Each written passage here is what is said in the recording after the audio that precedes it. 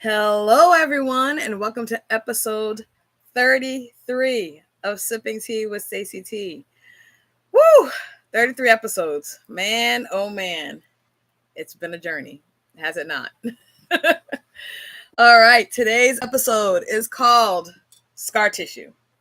So that's what we'll be talking about today. Just trying to get myself a little situated. Some of these days, I'm not exactly fully ready to go, if I'm going to be honest. And today's one of those days, but we're here. We're here. Y'all see, I got, Afro Puffina in the building today. That's what we're rocking this morning or this afternoon. Hopefully you're all doing well. Gonna wait for people to, hey, Simone, how are you doing? Hello from the state of Texas.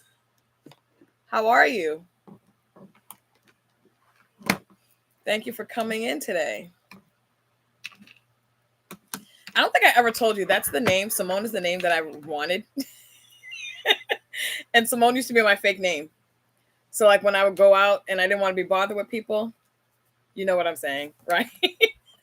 That was my fake name. You set up notifications so you can come by and see me. Oh, thank you. Hey, Cheryl, how you doing? Yes, I literally, and even in French class, we had to pick a name. And I was looking through all the names and I was like, oh, Simone. So that's literally what I was called in French class too. But yeah, that was my name, Simone. I'm Simone. And then if I just really didn't like them, I threw out whatever name. Hey, Tiffany, how you doing? Good afternoon. How you doing way out there? Hopefully enjoying. Let me guess, you're cleaning because this is your day for cleaning. So you're probably just kicking back, cleaning, doing your thing. Yours is Carmen. Do you say it with a rolled R, Carmen? Or do you just say Carmen? My name's Carmen. And see what they have to say. It's 81 degrees. Actually, it might be that here too. I don't understand what's going on with this. You're cleaning. I already knew. I knew you'd be cleaning. That's your go-to on, on Saturday. Everyone thinks I'm Mexican. So I roll the R. I'm not mad. I can see that they would think that. I mean, it's Texas, so if you look like you look, everybody's Mexican as far as they're concerned. So I'm sure that they probably think people that have my complexion are Mexican too. That's funny. That is funny. Well, y'all, thank you for being here. Thank you for being here. Today, we're going to be talking about scar tissue. You guys know that I'm also doing a lot of things on TikTok. And so I kind of have weekly, daily conversations. So Monday through Friday, I have daily conversations. And I do pop-ups on the weekend, but the time frame is always funky. I kind of do whatever I can do. Busy week, but it's how I relax my mind. I know it's how you relax your mind. I'm telling you, when God blesses me with, the big house, you need to open a business is what needs to happen.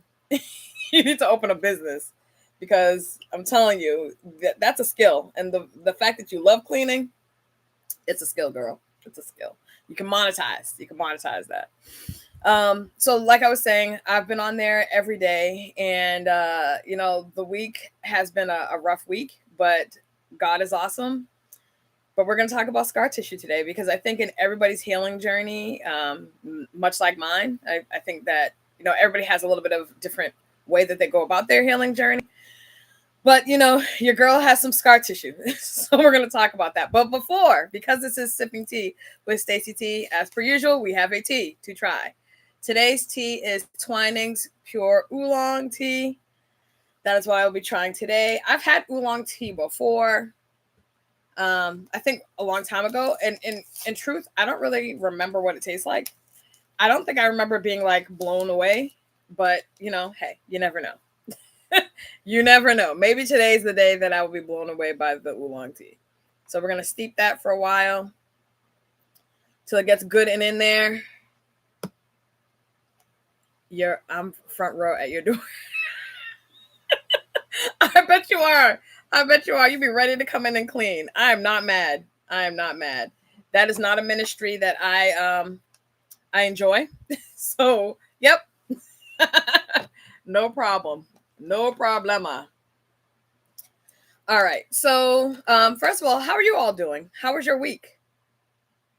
Is everybody good? Is everybody managing their own stuff? I'm sure. Besides Tiffany, who said she's gonna be at my front door to clean when I get mine, when God blesses me in that capacity. She's talking about 2 floors, but unless it has an elevator, I'm gonna take a nice ranch that's spread out in 1 story. That's what I'm gonna take. Tired but blessed. What has you so tired? Purple hearts. That's how you're feeling. Purple hearts, or you're just saying purple hearts because you know purple's my color. Law. I'm doing okay today. I'm about to take my pup to the park. Oh, you and your dog. And I love how you say pup. That's not a small dog. At least not to me. Not to me. My sister's the dog lover in the family. I love pet rocks.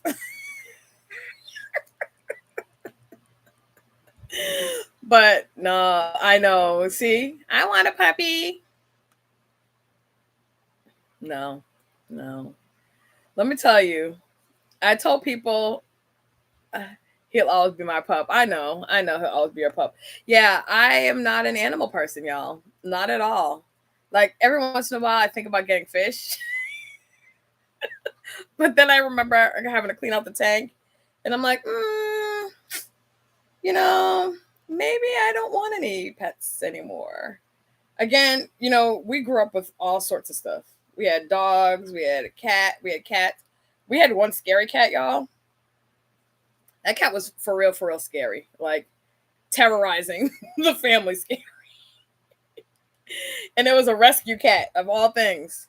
We're like, oh, Sparkles, you're such a cute, beautiful cat. Sparkling eyes. I mean, just cute, adorable kitten. That thing turned into like whatever the equivalent of Cujo is for a cat. Is what it turned into. Like swiping at us and all that. Like, and people are like, oh, it's playing. Claws don't play with my face. They don't play with my face. No, thank you. Yeah, pet rock. I want a pet rock, and I don't know what I would name it. Maybe I will get a pet rock. That'll be a part of my journey. Y'all be like, really, Stacy? I can walk it by throwing it in my purse. A busy week with homeschooling and appointments, but we're blessed. Yeah, I give all parents that do homeschooling like the biggest round of applause because I taught in a classroom and I didn't even have a full-size classroom. I mean, my mom had a full-size classroom of like 20 something. I don't think I could have ever done that, to be honest with you. I had, I think at the most I had about 15 to, why are my glasses, are my eyebrows mad crooked or my glasses crooked? It's driving me crazy. Anyways, y'all, let me stop looking at my eyebrows. But my mom had a full classroom. I had about 15 at most, and I couldn't do. The blessing was that I could leave, right, and then they would go about their business. But to do homeschooling, you're literally waking up, getting the child ready, doing the classes, doing lunches. I mean, it's a lot, and then you still got to feed them. You got to keep them alive the whole time and teach them. Yeah. But God bless you, and I get it. I get why parents do it. All right, so it is really the tea's really hot. I'm still waiting for it to steep. I can see it's getting a little darker, but we'll give it a second, and then you'll see me try the tea. And y'all, I haven't had the best luck with some of these teas, so I'm hoping that it's okay. So for I think all of us, we have had some type of injury, right? Many people have had serious injuries. Some people have had surgery. Some people have not ever had to have surgery. But regardless of that, right? We've at least seen somebody else that has had some type of wound, some type of injury. And I think it's important to really, think about what it does to the body. So when you have an injury, what happens to the actual body when you're injured? So when our body gets injured, and for those of you who don't know, this is my notebook, y'all. I'm making sure that, there are some times that I just talk off the top of my head because I'm more so just talking about stories, but this time I really want to make sure that I get through some of the messaging that I have for you today. So, um, when our body gets injured physically, healing happens, but scars remain. So I think that's important to remember that as you're going through your healing journey, there are scars sometimes, and the scar isn't necessarily meant there to be a bad reminder of what you've gone through, but it should be a reminder that guess what? I went through a horrible time. I went through something that was tough. I went through something that was meant to, break me down or keep me injured or whatever it was, right? But I went through a thing and I made it out of the thing. That's kind of what I want you to, if you haven't been thinking about your scars that way, I want you to start thinking about your scars that way. But I also want you to remember this, that when you're going through a situation, um, the fact that you are literally mentally, emotionally, or physically, depending on what the injury was, that you're still here means there's more time. There's more time of discovery. There's more time of thinking. But I don't want you, and this tends to be the issue when we are doing healing journeys, is that, and me included, right? And I've had to be really careful about it, is you can fixate on something that went wrong. So you can fixate on the injury, right? You can remember. And for those of us who can think about it, right, you can remember the date and time a specific injury happened. Or if you look at a physical scar, like right now, if you were to look at a scar on your body, you can remember the exact time. It might have been like when you were a little kid and you went face first over your handlebars and you have like the scar on your chin or something like that. I was talking the other day about the fact, I don't know if you guys will be able to see it. So I have a scar. I'm like, where is the scar? I have a scar right there. I don't think you can see it based on how the angle is going, but I have a scar right there. And I remember distinctly when that scar happened. I was in my brother's car. I can't remember the type of car it was, but it was like a burgundy car. And I remember reaching my hand down on the side to grab something. I think like my pen fell or something. And when I reached down on the side, I pulled my hand. I felt something like, and I remember like, what was that? And I pulled my hand up. And when I say there was blood everywhere, and my brother's like, oh my gosh, what's going on? And, of course he like didn't want to, for it to be a thing. And I think him running around made me cry because like, at first I was just like, okay, like I'm bleeding. But then the panic look on his face made me start freaking out. But in any event, again, we cleaned it out, blah, blah. But I did get cut on metal. So we were like monitoring it. I probably should have got a tetanus shot, y'all. Thinking back on it, probably should have got a tetanus shot, but didn't. But yeah, we pulled it out. And I will say this is a hard part of your body to heal because of where it is. And you constantly do this, right? And putting a Band-Aid on it is tricky, but we did. We cleaned it out. We did all the things what you typically do. I still have my thumb scar from shaving coconut. From shaving coconut? Was it from my? Were you helping my dad make coconut? I shouldn't laugh, but was that how that happened? How did you get why were you shaving coconut, girl? What was going on? I could see my dad saying, "Help me." You were. I can see my dad putting you to work because that's what he did. No kid. Look, there was no such thing as child labor laws as far as my father was concerned. You were going to get put to work. If you were in his vicinity, you were going to be doing something. You weren't just going to be sitting there relaxing. Yeah, so sorry, homie, for my dad's bread. And to this day, y'all, people ask for that bread. It's gone, y'all. It's gone. Okay. All right, Simone. Yeah, it's gone. He said put a Band-Aid on it and still keep shaving.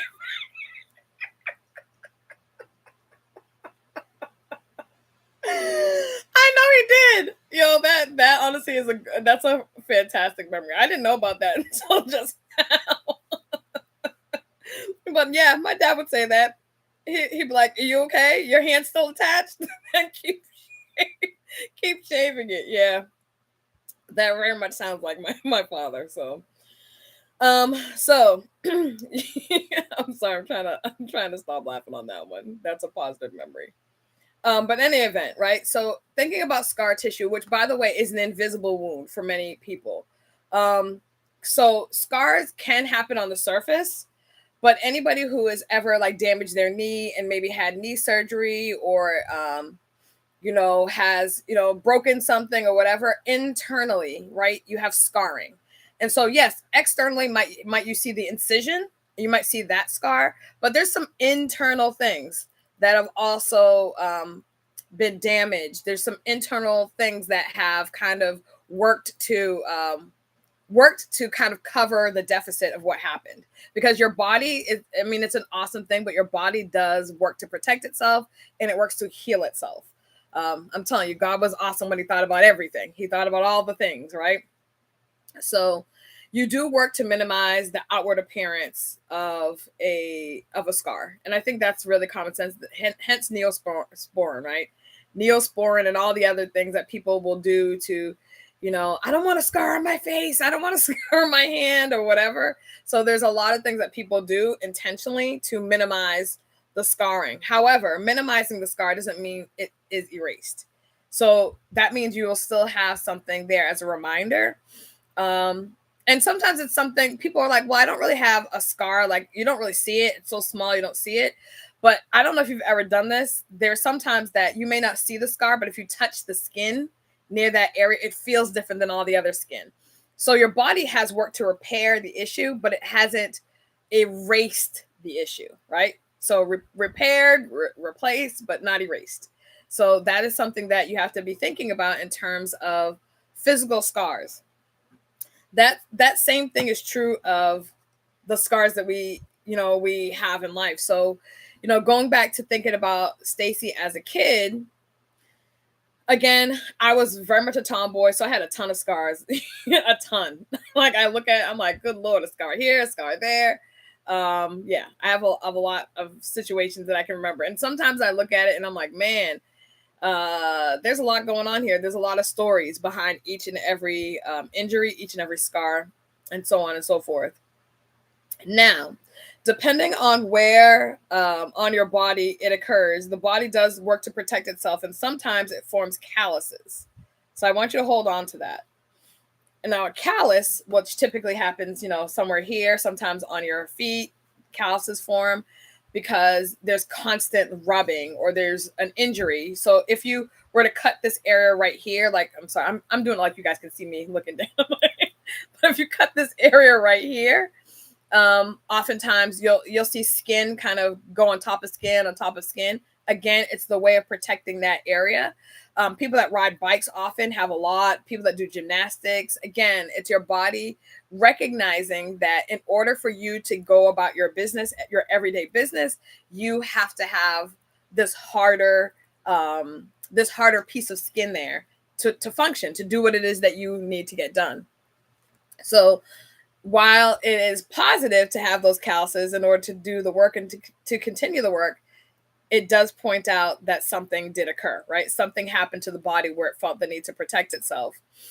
Now, the thing that's interesting about, about calluses is that a callus by nature is the harder external experience, like the harder external shell that's right here. But inside, so underneath, if you were, and don't do this, y'all. Don't try this at home. If you were to pick off the skin of a callus underneath, now if you pick too hard, you're gonna need to go and see somebody, a professional. But if you pick off sometimes that first layer, or maybe a second, if y'all have some serious calluses, but that second layer, the skin underneath is soft again, right? So what does that mean? That sometimes our scars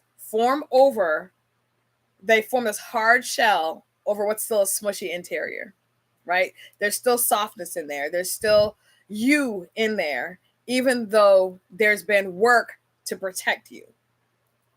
So why do I say this? I think that's very much like how we go through our healing journey. Our healing journey, especially when we've been fractured or we've been scarred or we've been damaged or we've been injured or bruised through life, it seeks to protect itself. We have to do two things. We have to recognize the injury, acknowledge the injury, right? But we also have to remember that if we allow for the injury to make us so hard, then any other positive thing that could come may not come. And I'm obviously saying that when thinking about the heart, because obviously when we go through painful situations, our inclination, our protective measure that goes into place is I'm not going to allow for somebody to hurt me again. So what I'm going to do is I'm going to create a bomb shelter around my heart. And then I'm going to put rebarb, wire, concrete. And then what I'm going to do after I do that is I'm going to put a chain link fence. And that chain link fence is going to have razor wire at the top. And then around that, I'm going to have bomb sniffing dogs, and I'm going to have pit bulls that haven't eaten. Right? So that's what I'm going to do to protect my heart. And I get it. I understand it. Y'all been there. Maybe I am there, right? But I understand the logistics of that. I get the why behind that, because again, I don't think anybody in life says, Lord, please sign me up for the scar plan. I would like an extra scar with my salvation. Right? Nobody's signing up for that. At least I'm not. I could say Stacy is not signing up for that plan. The fact of the matter is, we're not going to get through life without having scars. We're not going to get through life without having hardship. We're not going to get through life without pain or without disappointment, without hurt. Like, it's just not going to happen. What our job is deciding if we're going to keep shaving that coconut. Like, are we going to keep shaving the coconut, or we're going to throw the coconut in the trash and go head upstairs? And so we do have that option. And I'm not going to say, I'm saying it now kind of jesting and joking about it, but the reality of it is a lot harder. A lot harder. Because it has to be intentional. And, for me as a kid, when things would happen, when painful situations would happen, I didn't have the mental capacity to think about, I've told you all about the time where my best friend chose to bring another person out on this vacation or whatever. And, was I hurt? Absolutely. Was I devastated? 110%. However, I had no vocabulary to really articulate. Well, I could have just said I was hurt, but then that goes into vulnerability. Y'all, I didn't sign up for that plan either. No, thank you, sir. I didn't sign up for the vulnerability plan. I didn't sign up for the scar plan. I didn't sign up. I just didn't sign up. But I think my name was forged several times over on many documents. I'm gonna say that.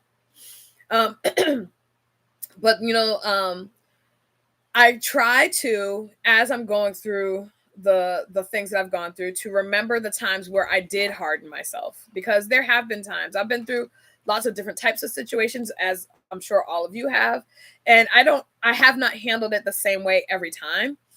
In many of the situations, I relied on anger, which I've talked about a lot with you all.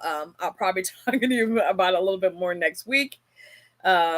Because, when you go through an injury, depending on the type of injury, so say somebody disappointed you, somebody broke your heart, somebody, didn't value, whatever it is, whatever the situation is, there are residuals there. And that's where that scar comes into effect. That's where that scar tissue that you have to think about comes into account. Excuse me. All right, y'all, I'm going to take a break because I'm talking, my throat's dry, and guess what I have to try? I have to try the tea, y'all. This is interesting. So I've had it in there for a while. The other tea that I had last week was very dark. Very dark. This not so much, and it's been sitting in there, so I don't know if by nature this tea doesn't get that dark. I'm assuming that's the case. Let me try it. So again, I am trying Twinings. I'm horrible at that. Pure oolong tea, and it just says, discover the unique taste of this warm, savory tea.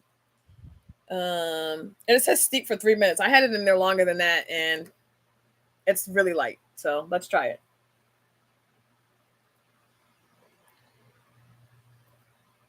I actually really like it. Like, I really like it.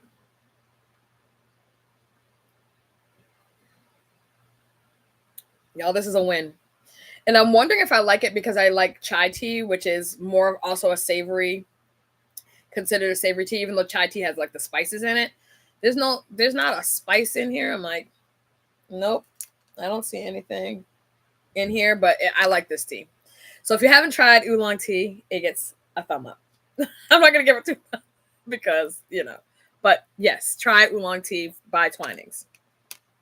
That is my recommendation, and I'm sticking to it. All right.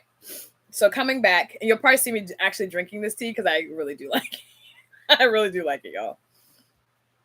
All right. So what I want us to think about, as you know, and I want you all to be thinking about this for yourselves as well. I know oftentimes you're hearing me equate stories of my childhood, adolescence, young adulthood through what I'm talking about. And I'm not saying I'm not going to do that, but I really hope that as I'm doing that, you're able to kind of think about your own situations and your own lifelong journey. So, signs of emotional scar tissue, because, and the reason why I want to go this route is I don't think that we think about emotional scar tissue as a thing. I mean, we're told so much as young people. Well, we were in our generation to suck things up. Like, it's not that serious, blah, blah, blah, blah. Did you die? No. Okay. Well, then you're good. So I think that so much of how we function is just based on survival and not really tapping into how things emotionally impact us. And I think we have to undo that. No, I know we have to we have to undo that. We have to unpack that.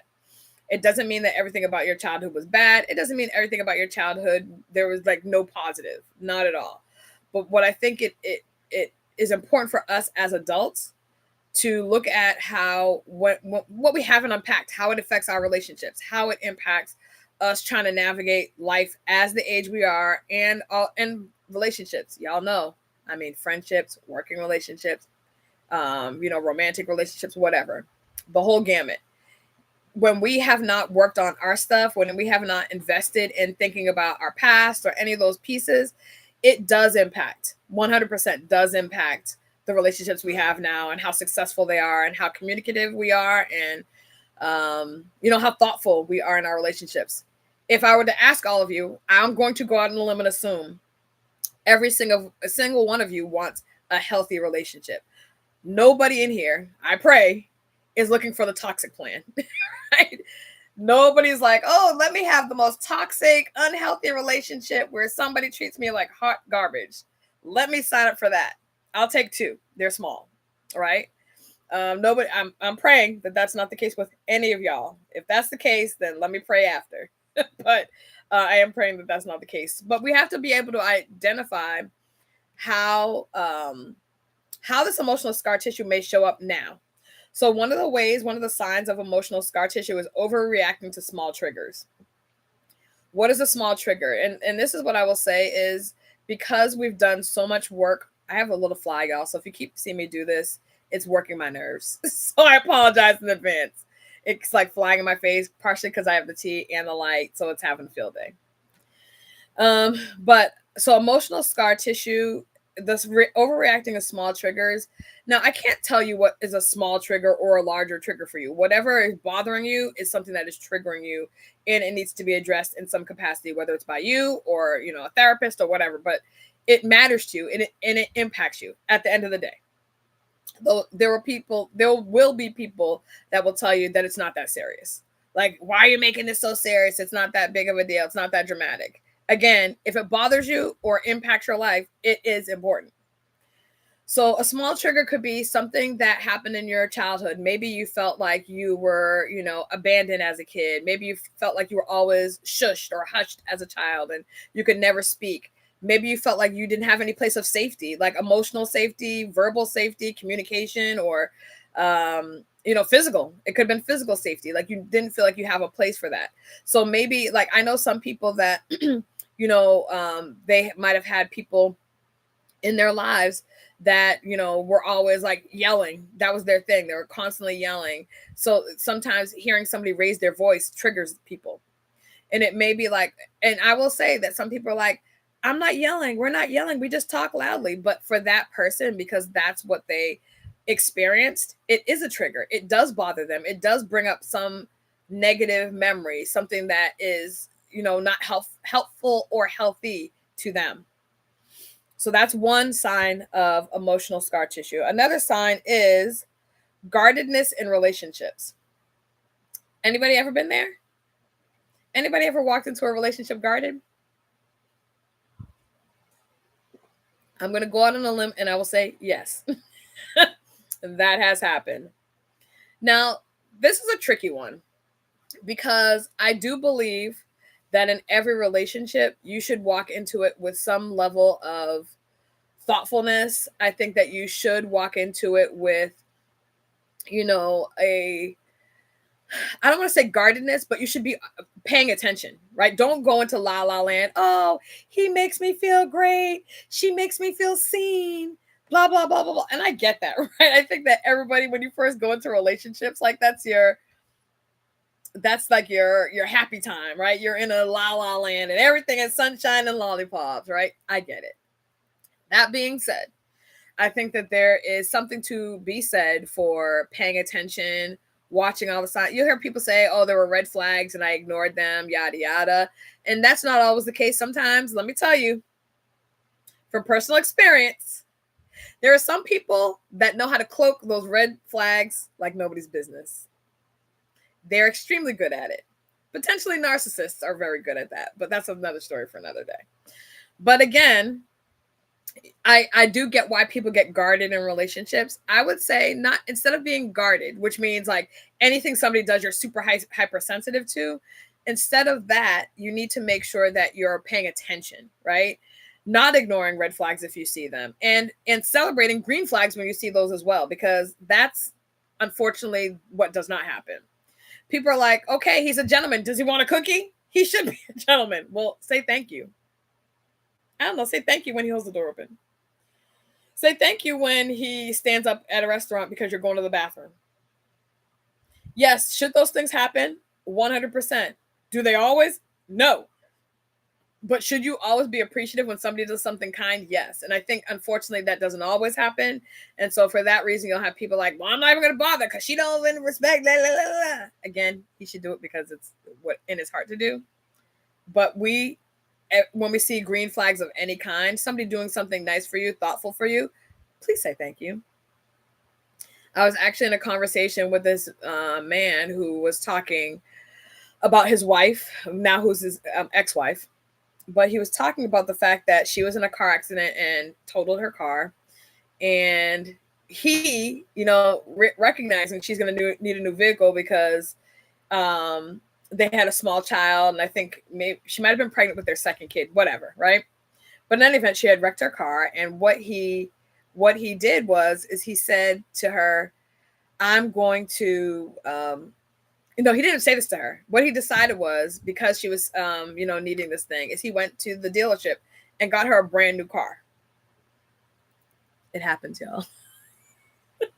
So he went and got her a brand new car for his wife. And he comes home and he's like, hey, something's outside for you. And she was like, what? Mad annoyed, right? Because y'all know how we can get. When we don't want to be bothered, we don't want to be bothered. But he was like, can you just go outside and look at it? So she goes outside, looks at it, and sees a brand new car. And what do you think she said, y'all? I'm curious. What is it that you think that she said?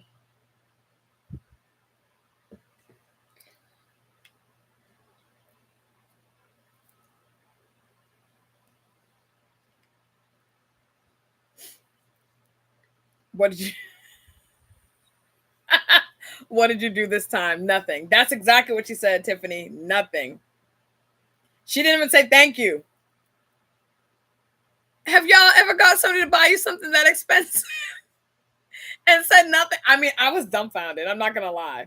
And I know some women are very entitled. I've seen it, right? I've 100% seen it.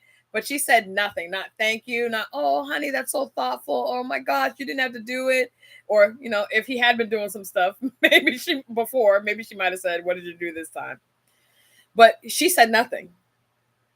She didn't even say I don't like it. She was like, oh, okay. And went back in the house. Didn't even get in it. Didn't go for a spin. Nothing. I was dumbfounded. I will definitely take the car if she doesn't want it. Yeah. It's honestly mind-boggling that she said literally nothing.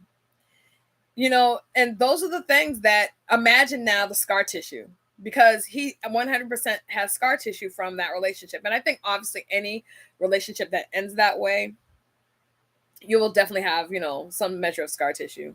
Yeah, it was horrible. And I honestly felt really badly for him because he's really trying to not let his heart get hardened. But again, these are some of the things that take place when you're in a situation, and you're in a situation with somebody who, has shown red flags. He said clearly before, he did this, there were red flags. But when you're in a marriage and you're trying to, be a partner, and you're trying to be a support system for someone, and, doing all the things that you're supposed to do, because to him, this was something, yeah, he didn't have to get her a new car. He could just got her a used car or something, but he got her a new car because he wanted her to, have something nice after, having her situation and whatnot. But no, that didn't take place. So, the reality of it is, there are going to be sometimes situations that happen, scars that form, that may make us more guarded. And if I go back on, my childhood, like I've told you all, some of those things were, being called the N word in the fifth grade. That made me a little bit more jaded about people and how people were viewing me and friendships. Then fast forward to, not being invited to the lake. That again put additional scar tissue on my heart, because now I'm looking at people differently, and how I'm being viewed again differently, and all the things. So there are lots of situations that can take place that will shape how it is that you are showing up, how it is that you see people. And I think, especially when we think about how we see people, that can be really how would I say it? That can be really something that we have to take into account, because it does impact all the other relationships that we form. Because now everybody's looked at sideways. Like, what did you come here for? Why are you really trying to be my friend? What really is your internal motivation? And they're like, I just met you, ma'am. Like, what do you mean? Why are you here? What do you want from me? And they're like, can you pass the ketchup? Right? Again, overreacting. But because we've had injury, we've had scar tissue, it forms and it impacts how we show up. So that's something for us to think about. What is another sign of emotional scar tissue? Numbness or avoidance of vulnerability. I can't say this enough. I get why people don't want to be vulnerable. When somebody takes your good intentions, when somebody takes, your heart, and it feels like they have put it in a blender and hit the, frappe mode, or whatever, makes it liquefied or whatever, it's very hard to like jump into the ability to have any measure of relationship with people, because you're always wondering when the other shoe is going to drop. And so what people typically do, and again, all these things I'm talking about, all these signs that I'm talking about, are protective measures. If I don't feel anything, you can't hurt me, right? So if I'm numb, or if I avoid you altogether, then you can't how are you getting in there? You're not getting in there. And so oftentimes what people will do is continue to, present as numb, even though I will tell you again, this is scar tissue. So underneath all that numbness, what they're trying to do is avoid you getting into that. Like, this is the space, and I put numbness on top of it. I don't want you to get here. So I'm going to put this numbness as a cover, as a cloak over how I'm feeling, because that makes me feel safe. That makes me feel protected. Every single being on the earth that was created wants to protect itself.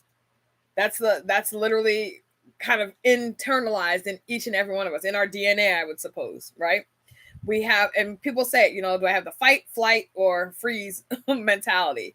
But in that, everybody, even if you're freezing, because some people will freeze to protect themselves, or some animals in the wild will literally freeze, not move at all. You don't see them breathing. There's no movement. Why? Because that is how they've discovered to protect themselves. So in this case of numbness, it's the same thing. I'm not going to be vulnerable to you. I'm not even going to present to you. If I can avoid you all the better, all the better. And I think often we do that. I think we work very hard to not show up in that way, not put ourselves in a position. And I'm not saying, y'all, that's entirely wrong. I get it. If you're in such a vulnerable place, or if you're in such a scarred place, if the scar is raw, because there's a time period, like when you first get injured, everything is still like just to the touch, it can still hurt, right? Because there's a bruise sometimes, and so you're touching it and it hurts. Or if you touch it the wrong way, it starts to bleed again, right? So you don't want to do that. You don't want to re-injure yourself. So I get that. Look, y'all, common sense. Common sense. So I get that. Oh my gosh, this little fly, y'all. But common sense, I get it. That makes sense. But that does not mean you can consistently avoid any measure of relationship at all. That does not mean that, because we're not created on this earth to be by ourselves all of the time. We are created for community. If we were meant to be by ourselves, then God would not have created Eve. He would have said, you know what, Adam, I gave you all these animals. You can just chill out, enjoy, be blessed. That's what can happen. Right? So he didn't do that. He recognized that it's not good for man to be alone. He created Eve and said, be fruitful and multiply.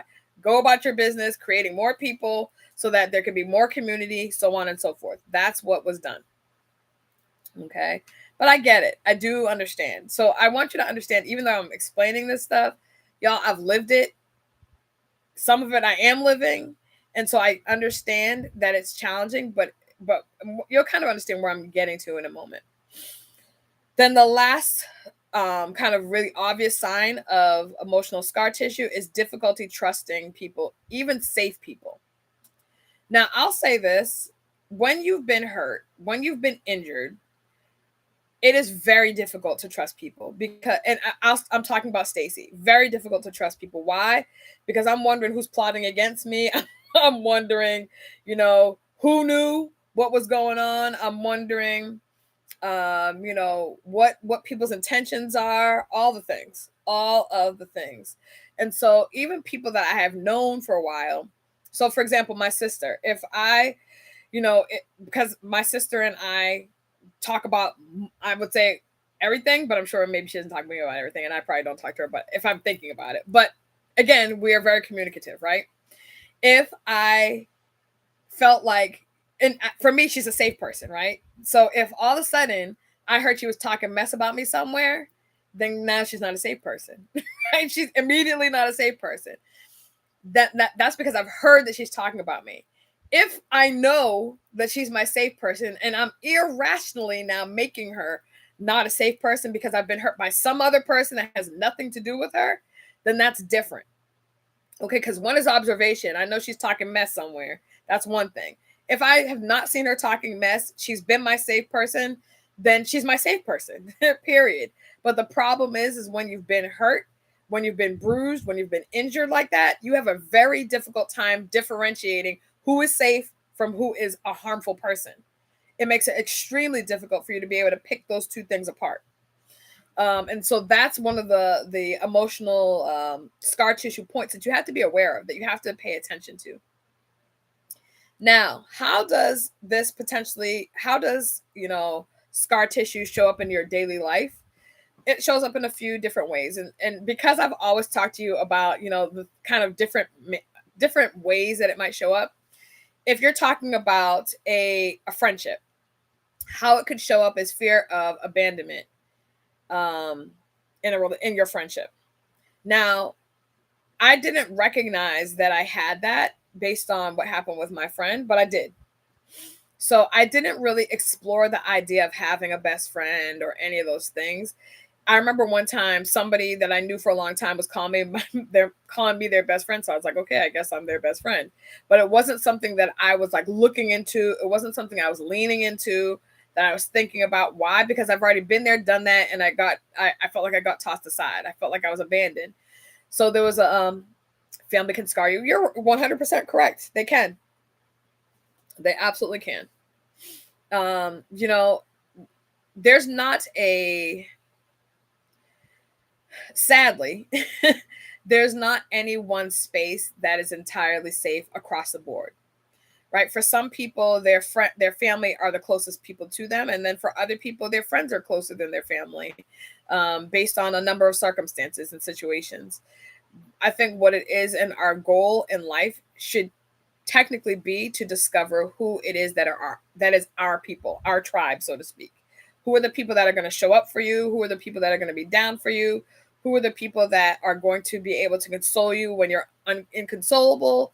Who are the people that are going to pray for you when you can't maybe even pray for yourself? Like, who are those people? How can we identify them? It may be some family, some friends. It may be people that you work with. I mean, it could be anybody. It could be people you met online. It literally could be anyone. But the trick is, have you hardened your heart to the point where you can't receive them? And many people that have been scarred to a point where they're not willing to even welcome a blessing that God may be sending your way. And that's you found your circle, and that's a blessing. But that's what I'm saying. It's really, really important to pay attention and to not let some of the cruddy circumstances in life, or the ways that people showed up for you or didn't show up for you, the way that people treated you or devalued you, all those things do add up, and all those things are going to be taken into account. But it's so important that you have a circle. I'm telling y'all right now, trying to navigate life, especially as crazy as things have seemingly become, is near. Well, no, it's not near. It's impossible. God did not intend it to be like that. He did not. Even people that are like prophets, for example, that don't have a ton of friends, they still have people they could, even in the Bible, they had people they could confide in, people they could talk to. And it may not be a lot of people, but they had somebody. There was somebody that they were able to bounce, things off of. So it's important. It's imperative to navigate this life that God gave us through the lens of community. How you design that is up to you. Pray about it, y'all. Pray about it. So how it shows up is maybe in friendships, in the fear of abandonment or being betrayed.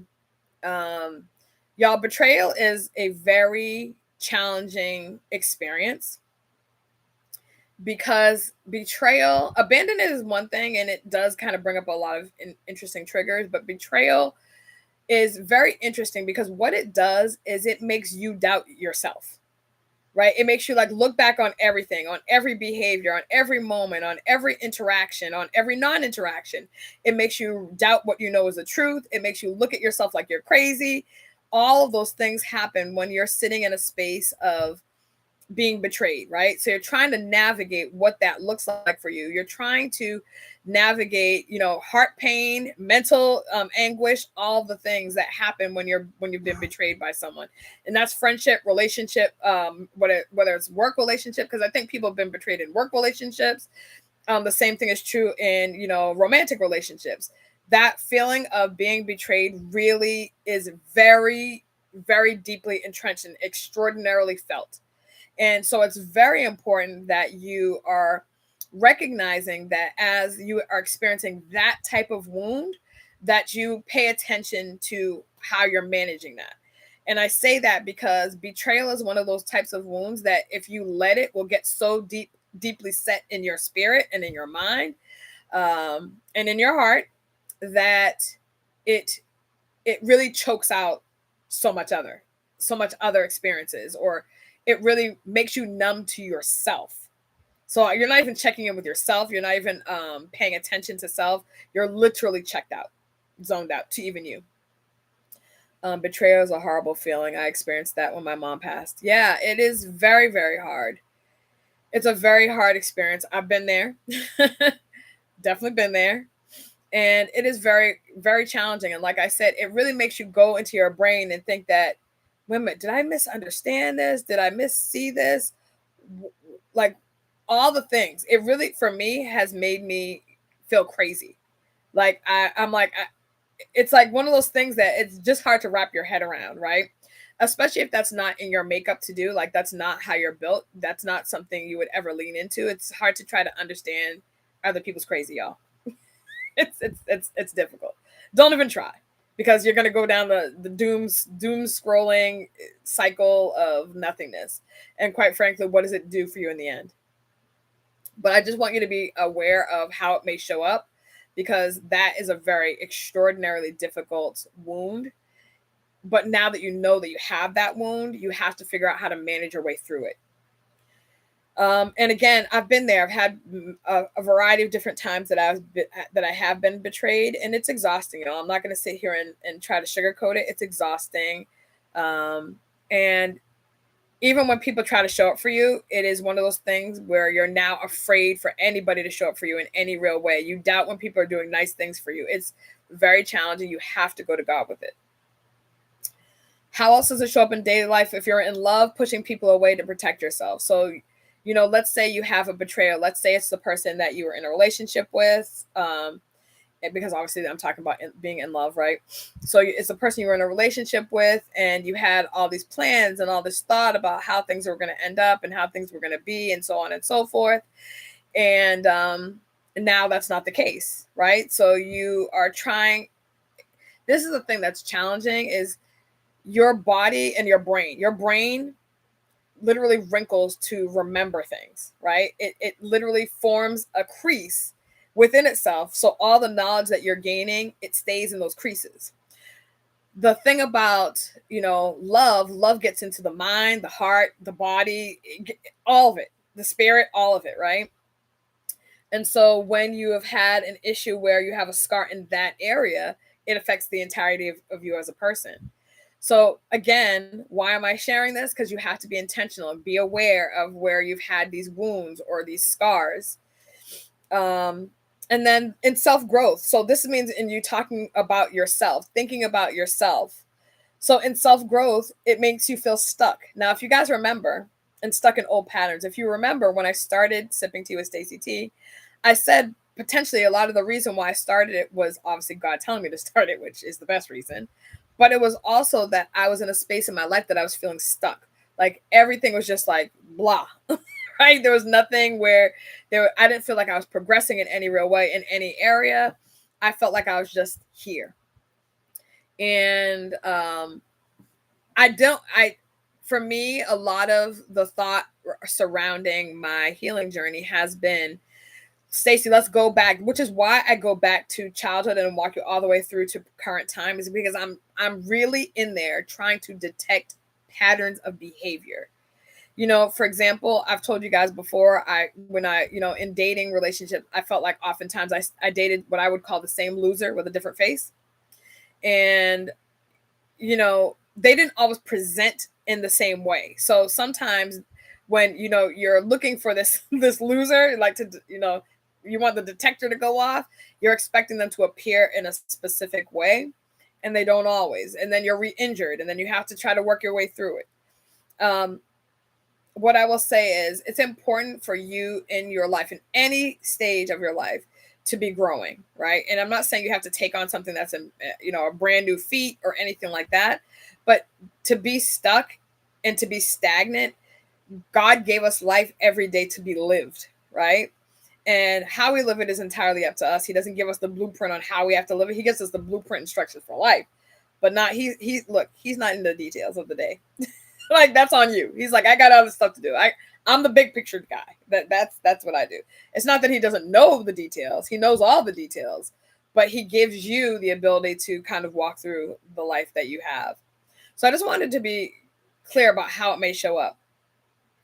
Now, what I also want to talk about is how we heal it. Because if you know you're scarred, if you know that you have this scar tissue, how do you heal it? Well, the first thing is you have to be aware that you have it. And most people would say, well, I can look at a physical scar and see I had the scar. And that's great. But we're not talking just about that. We're talking about emotional scar tissue, right? So how do you detect that you have that? I walked you through some of the signs.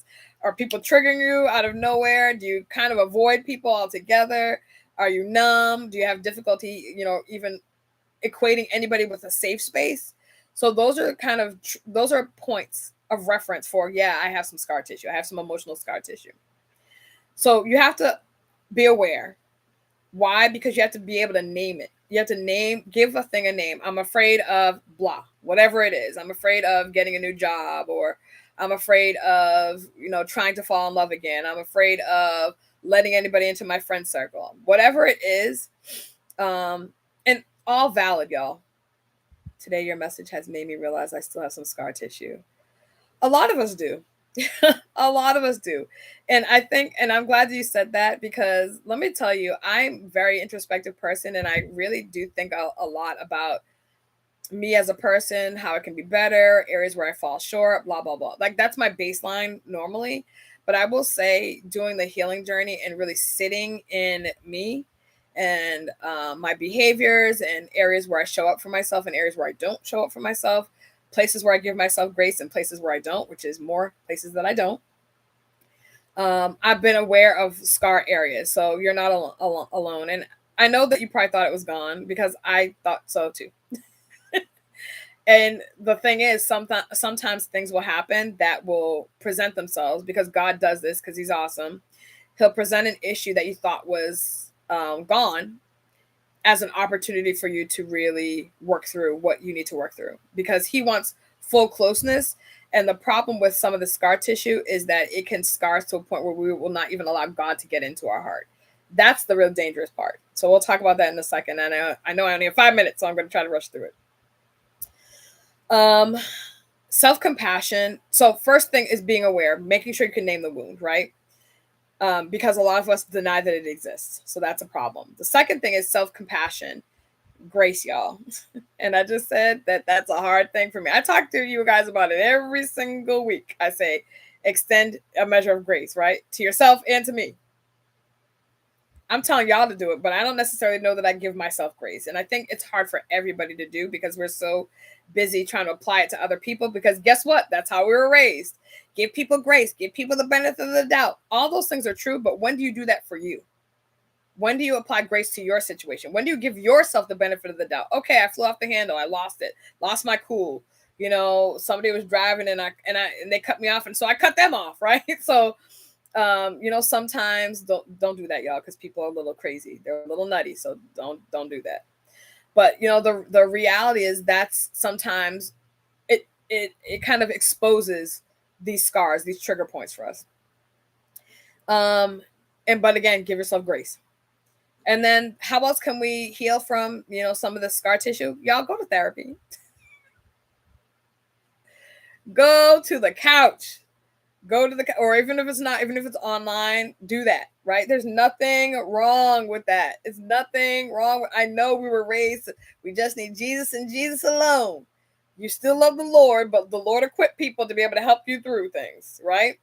So get into some therapy. Journal. That is very helpful for a lot of people. Being able to see your thoughts, your dreams. I mean, literally, if you're dreaming, you should be doing that.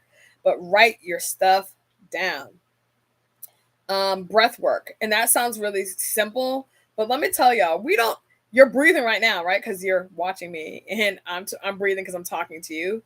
But I'm talking about that time when there's nothing on your TV. You're not looking at your phone. You're not watching anything. I mean, no music on. I'm just talking about you sitting there and breathing in, holding it, and breathing out. And even if you have to do that in the bathroom hidden by yourself, then do that. But it's important to do that because we need to do things to be able to calm ourselves. And let me tell you, people that really have mastered breathing work have this ability to calm their central nervous system. So people that, you know, are dealing with anxiety and all those types of things, it really does help in all those regards. This is not me talking. This is scientific, y'all. I know a little something. So the breathing work is very helpful. And then obviously lean on God. Yes, I said go to therapy, but lean on God, talk to Him, cry. You know, it's important to consistently keep that relationship open, regardless of any other relationship, even your relationship with yourself. Please, please, please, please keep a relationship with God tight. So important. So these are a couple of questions that I'm going to pose to you. You do not have to answer these questions like by writing out your answer, but it's something I want you to be thinking about. So the first one is, do you think scars make us stronger or more guarded? So that's the first thing I want you to be thinking about, right? And if you want to answer, you can, but it's not required. But I want you to think about the fact that scars can make you more guarded. So it is potentially for you to decide, you know what? I know that this person hurt me. I know they disregarded me. I know that they devalued me. I know that they didn't hold my heart in their care. I get it. But I'm still going to lean into God on this one because I need to be able to reach Him. We all have things that we are asking God for. And if you are in a space where your heart is hardened, He can't get in there. That's why the Bible says, do not harden your heart. He needs to have a gateway to get in there. And if you're so hardened because of the things that people have done, then all the blessings you're asking him for are hitting the wall. That's all that's happening. So that's the first thing I want you to ponder on. The second thing is this. What's one scar that has shaped you, but you're learning to heal from? So what is one scar that has shaped you that you're learning to heal from? It could be the scar of losing a loved one. It could be the scar of feeling like a failure. Maybe the scar of, feeling like you've never been anything, or people telling you you're never going to be anything or never amount to anything. That's a real scar. How are you leaning into healing from it? Okay, so that's the second question. What is one scar that shaped you, but you're learning to heal from? And then the third one, because I know I'm over time, but bear with me. How do you show love to the past self that endured the pain?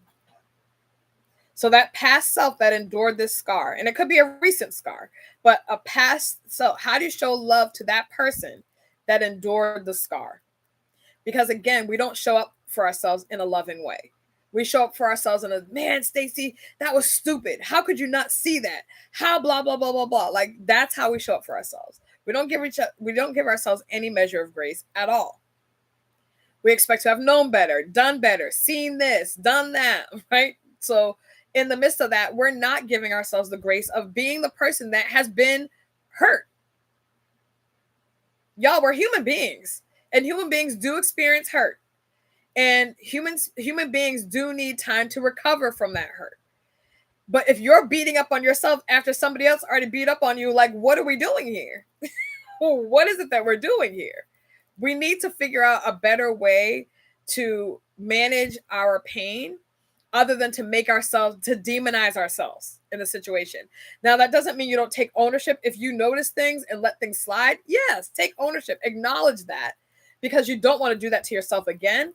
But again, there are some people in friendships and work relationships and dating or marriage relationships that are deceptive and are hurtful and betray and do all the things. Do you then say, okay, I'm demonizing myself, or do you say, you know what, I'm going to give myself grace? So that's something that you want to consider. So those are the three questions. In ending, I will say this. Scar tissue on your heart and mind can be a reminder of the past pain, but it also can remind you that, because if you've already been through pain before, right? If you've already been through heartbreak before, if you've already been deceived or betrayed before, and you're still alive, guess what, baby? You made it. You made it. You made it through that before, which means if God brought you to it and through it before, he can bring you through it as you're experiencing it now. You have to just make sure you keep the pipeline to him open, and, let him do what he does. Let him do what he does. Trust him to do what he does. Make sure that he continues to stay as your safe person, your safe team. Keep him in that. All right. Well, with that, I'm done for the day. I thank you so much for signing in for this episode of Sipping Tea with Stacy T. I will see you next Saturday, and we'll talk a little bit. I'm not going to tell you what we're going to talk about. I think we're going to talk about this one topic, but again, if God changes it, then he changes it. I don't want to misspeak, but I appreciate you. Be kind to yourself, be kind to others, and extend to yourself, and then please to me a measure of grace. See you on Saturday. Bye, y'all. Bye.